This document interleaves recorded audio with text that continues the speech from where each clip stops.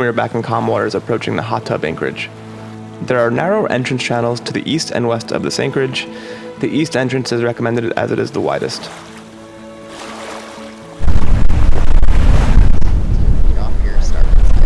You're good. That's crazy. That was 90 feet of water in this narrow, I think it's like 20 feet wide maybe. And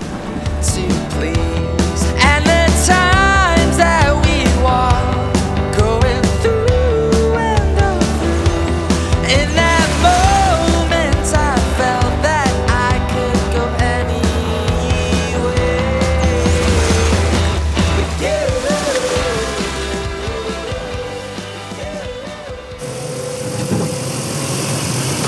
We come Wednesday with Gecko festival with sugar and water. We need it. From the yes.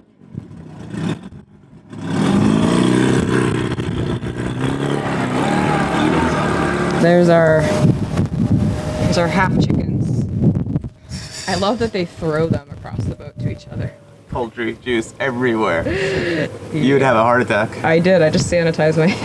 I didn't get the chicken throwing on film, but I'm referring to the toss that carries the chicken through the air, leaving the hands of a man at one end of the veggie boat and being caught by a man at the other end, where it gets sliced in half with a machete on the cooler top, bagged, and handed to us. Here in beautiful San Blas, we've grown quickly accustomed to regular visits from these boats, where we load up on fresh fruits and veggies, booze, and chicken. We're currently anchored in a lovely spot, with the mountain range in the background, a palm tree stuffed shoreline on one side, and our buddy boat Delos anchored on the other. So I'm sitting here, the corner of my eye, I saw this guy. See this guy? In our bookshelf. We've had this little gecko on board for like almost, 2 months now? I see you, buddy. Oh! Bill didn't want to throw him overboard because he didn't want to kill him. So we let him live. We saw him like 2 weeks ago in the cockpit and... Still hanging on, I guess. Still hanging on. I assume he's eating bugs or something good, so... I know. I don't know where he poops, so... So since we have the camera out, we're filming now, this would be a good opportunity to say what we're going to be doing today, because we're actually moving the boat again and exploring a new spot, and that's been something that we've made the habit of here in San Blas, and it's really fun to just, like, San Blas is pretty small. The islands are all pretty close together, so we're going to go 7 miles and explore a new spot, and it's pretty cool that you can, like, just go 2 hours. Pop around, yeah. And pop around. So we're going to do that today and leave this spot, but I'm looking forward to it. I think we might be able to sail. Cool. See. So making a quick little focaccia. We decided to go to Yucatup, and I think it's called HotTub on Navionics. So all the islands here end in dup. It's like they're all like Wadukadup, Kadupadup. Kind of hard to pronounce. I never know where I'm going. Yeah, so it's like a Guna name, but yeah, it's called HotTub by cruisers. On Navionics, it's HotTub. It's between 2 deep. It's a deep channel that goes like kind of between 2 islands. It looks really cool. Yeah, it's exciting. So after I finish with this focaccia, we're gonna raise anchor. The spot we're headed to, termed HotTub, is an area many have recommended we check out while in San Blas. So we're excited to see what it's all about. Before we go sailing, we have our trusty old depth sounder. Oops. Ready to go? Broken dinghy wheel, check.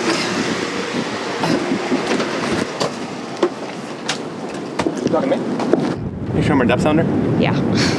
I showed him our depth sounder. Yeah.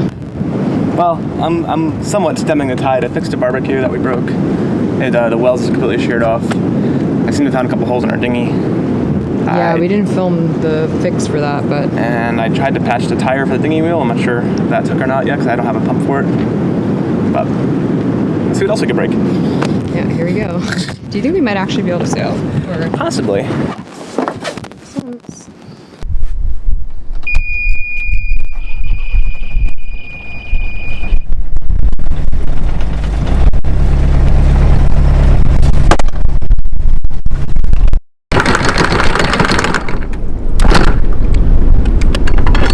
learned from experience there could be a large swell running in the channel between Cocos Banderas and the Hollandaise.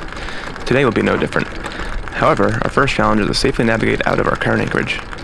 We will have to carefully wind our way through the reef using our charts as well as visual navigation. Bye, pretty tropical island. To the next one. We were trying a different way out than we came in, so I'm just paying attention. Yeah. It's a lot of visual navigation. I mean, you can clearly see the shallow right there. Yeah. And there's definitely a recommended route out this way. Kind of want to check it out. And this is what our chart shows, which Recommended route. You can see the recommended route actually kind of goes right into the reef, so the chart's not exactly correct. Look where the reef is up our starboard. Yeah. Like if we were a little bit over where we should have been.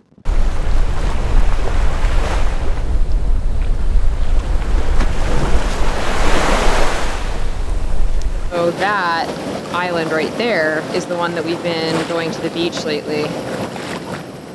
So that island is here, and the island that we just came from is like right there. So we've been dinghying around this reef, hanging out over there, and now we're gonna go around in the big boat. And you can see over here, there's breakers. And so we're weaving our way between that reef and this reef. And then you can see there's also another reef right in front of us, too. It goes all the way around there. So we really are weaving like a snake through these reefs. So yeah, quite a lot of paying attention here. So you have to travel during the day here, for sure.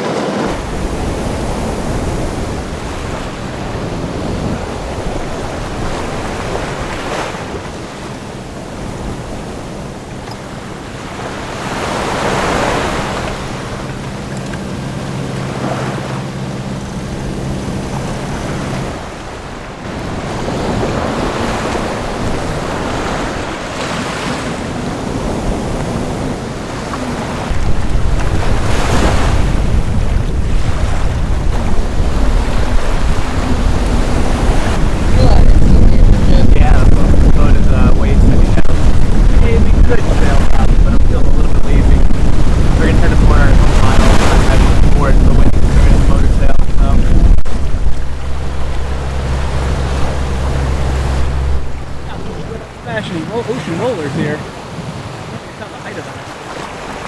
What do you think about this grade?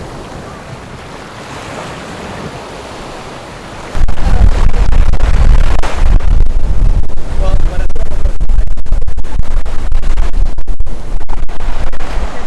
a big hill right here.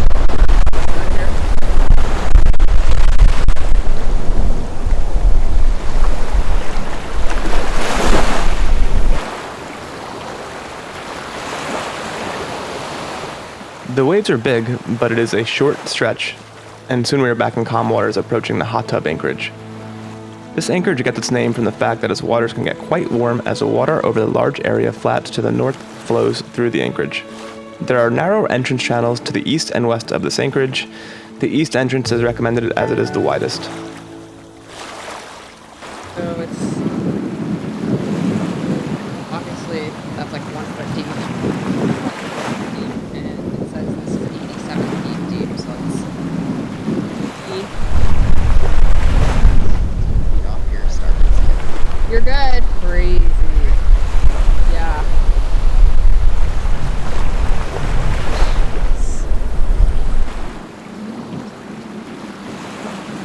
It's gorgeous though. Really pretty. That's crazy. That was 90 feet of water in this narrow. I mean, it's like 20 feet wide, maybe. How wide is it? 30 feet? 20 feet? How wide is it? Like 30 feet? 20 Pretty feet? narrow, wasn't it? Yeah. Kind of cool. Yeah. See this pool. The ocean is kind of at the other end of this little break in the island.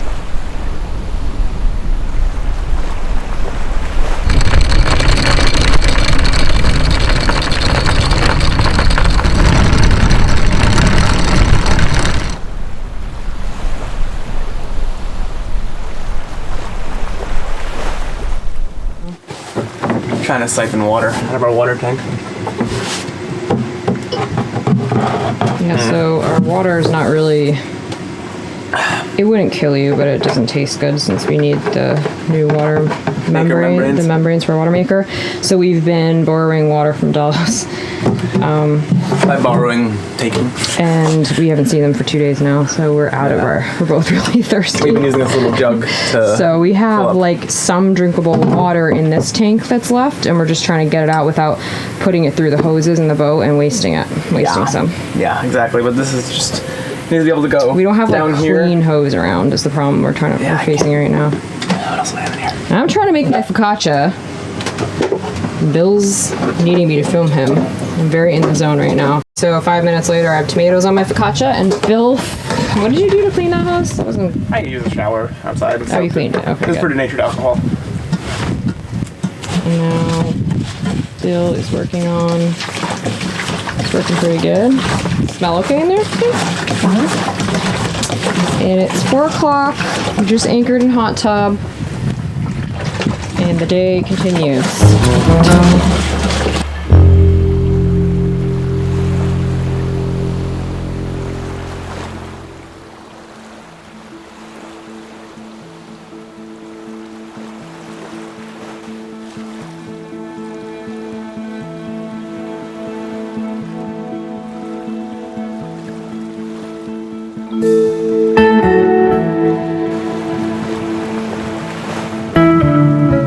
So it's a nice, calm day. Calmish, yeah. It's blowing about 10 knots. It's been blowing about 20 though.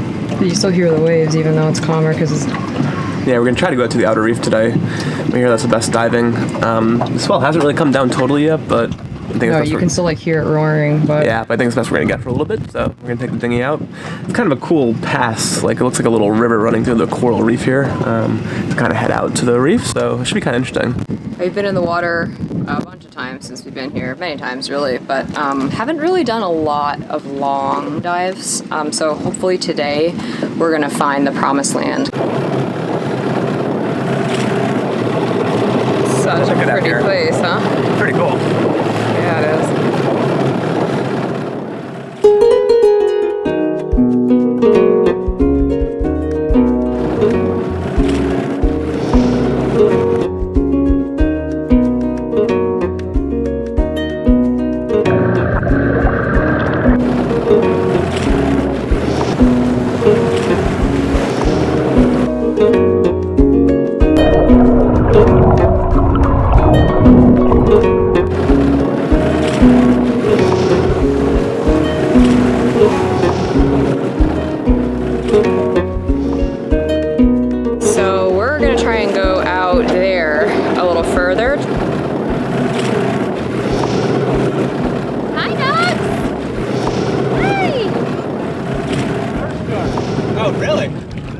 I'm gonna go in first to see how strong the current is, and then we're gonna decide what we're doing and how we're doing it. Yep, see if we're gonna dip dive or you wanna roll off with this?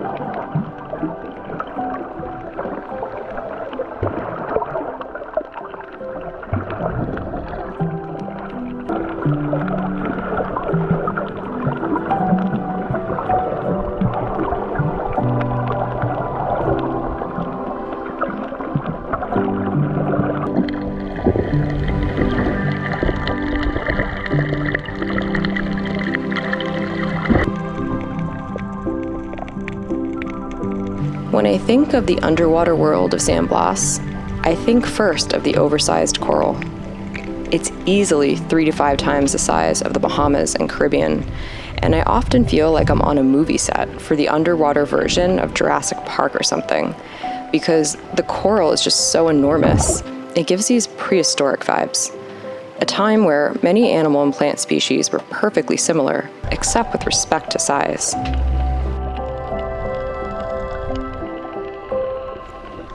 On this dive, the water's depth was around 20 to 25 feet on average. The coral heads, by my estimate, ranged anywhere from a few feet to 6 or 7 feet plus.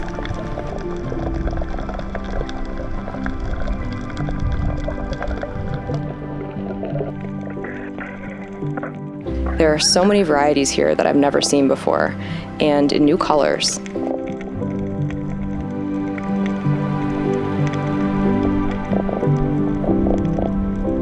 Several varieties of vibrant green coral are completely new to my eyes, and while many are familiar, overall the scene below the surface looks very different than anywhere I've dived before.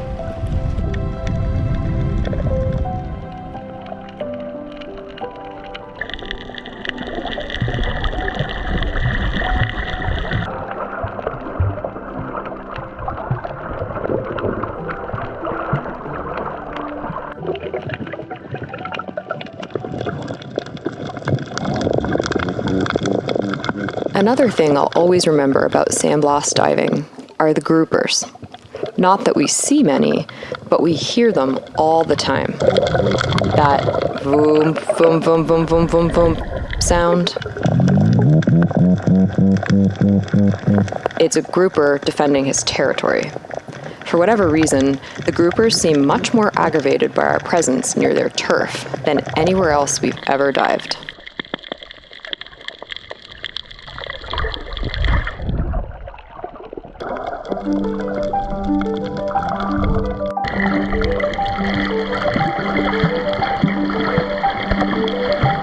The main reason we decided to cruise San Blas was for the diving.